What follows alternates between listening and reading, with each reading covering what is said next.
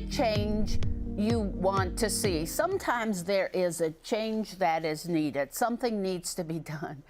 And to get it done would be so easy. And I'm not sure what we miss, but this is something that we honestly can get a handle on. I want to welcome Tia Lynn Scott, who is the Executive Director of Critically Loved. First off, and I need to tell you all this. So I got a message from a mom who had a daughter in the hospital, and that mom had said to me, I need you all to tell people that blood is desperately needed. I said to that mom, I promise you we do that. I promise you. Then I reached out to my producer, who is the best in the world, and make sure that anything that we need on this show gets done. And I said, we need to get Critically Loved on. So then Tia Lynn comes in, and I'm like, a mom reached out to me on Facebook. It was you. And you were so kind. You were so kind to respond. My heart was breaking because your baby girl is one of those folks that needs blood. And I think for those of us who maybe have never, needed it, or just don't think about it, that simple act of giving blood for your daughter is life-saving. Saves her life all the time. She requires it a lot.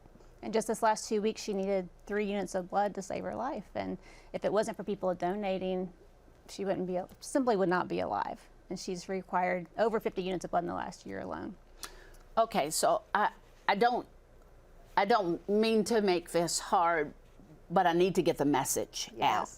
What would happen if she didn't get the blood that she needed? She simply could not live. She wouldn't be alive. She wouldn't be here with us today. And it's not just my baby, but we service as a nonprofit that services critically and chronically ill parents. There's lots of families we serve that their children receive blood transfusions, and without it, they just wouldn't be alive. You can go on our website and see the faces. It's one thing to say Kentucky Blood Center is one of our partners, and they need 400 units of blood a day for 70 facilities that they service. That's not even including the American Red Cross. So that numbers might seem overwhelming, but if you can look at a face and say, I helped save that person's life. Because that's what it is. Save my baby's life. Yeah. Yeah. What do we not get about this? I think people think it's just, there's enough people doing it, so we don't need to do it, but it's critically low right now. There's, in 2020, there was a shortage also then, like there is now. It's a little bit worse now. But my daughter went in to get some blood, and she usually needs like 3 units of blood to stabilize her. She only got 2 because there just wasn't enough available. Well, what happens if that gets lower? My child won't live. How do you wrap your head around that? We try to promote it as much as we can. We do blood drives in her honor, and we promote it on social media. And so as much as we can, we let people know about this need. And we did that last week, and we promoted it on social media, said, please, everybody go donate and do it in her honor. And 14 people did and said, I'm donating. And 14 people donated last week because they did it in Celia's honor. So if you go donate blood, if you go donate blood and then you take a picture and you put it on your social media and encourage your friends, wow, what kind of ripple effect could we have? How many lives could we save in our community? And it's amazing. It is amazing. And to just think, number one, there is no substitute.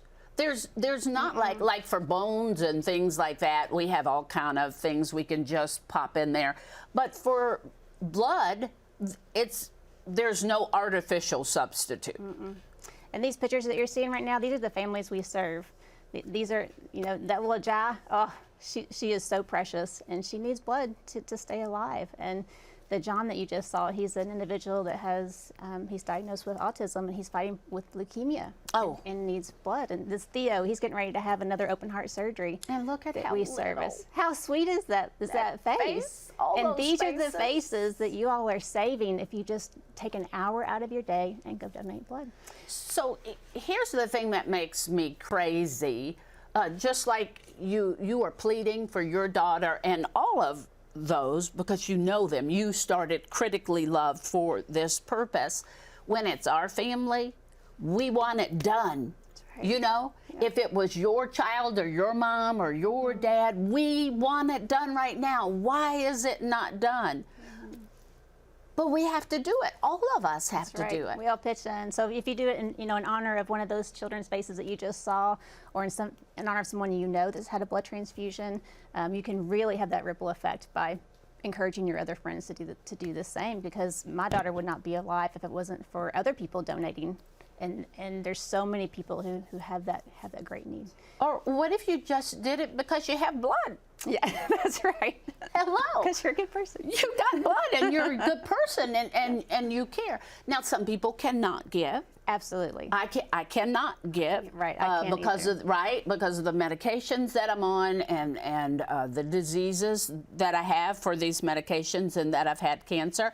But most people can. And it's an easy thing. It's not like you do want to get poked, but how simple is it to save a life? And it's an hour. That's it. It's an hour. There's on our website, there's links to Kentucky Blood Center, American Red Cross. You can click on the link and it takes you directly to schedule an appointment. You can make it however it's convenient for your schedule, and then it takes an hour out of your time to save lives. And then every, 53 days, 56 days, what is it? You can give again? I don't know the exact Right, number. I don't know should the exact number, but I should know as often as I've made this speech. But you can just keep giving. It's not like you give once and you can never give again. People who have cancer, people who have sickle cell, I mean, people who have all kind of things, just an emergency, an accident. We don't know when those are going to happen. We need to keep this cycle of giving blood Absolutely. going. Absolutely. Everybody in my family that can give blood does. My husband, my son, my dad, my brothers, they all do it. And how cool would that be if it's like a family thing that your family just did to save lives? That'd be amazing. I've got to say, hats off to my daddy because he will give. My dad will give and give and give.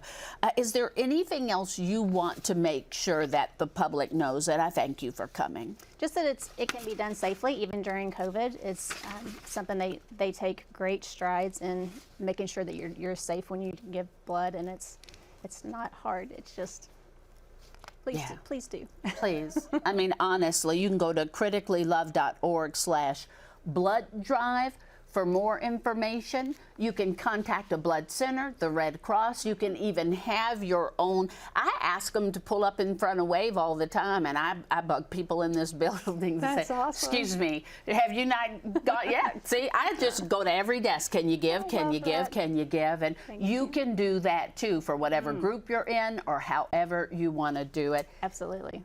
Thank you. Thank you for having us on and helping bring awareness to this awesome, great need. Yeah, it's a need, but it's a need that we could take care of every single day.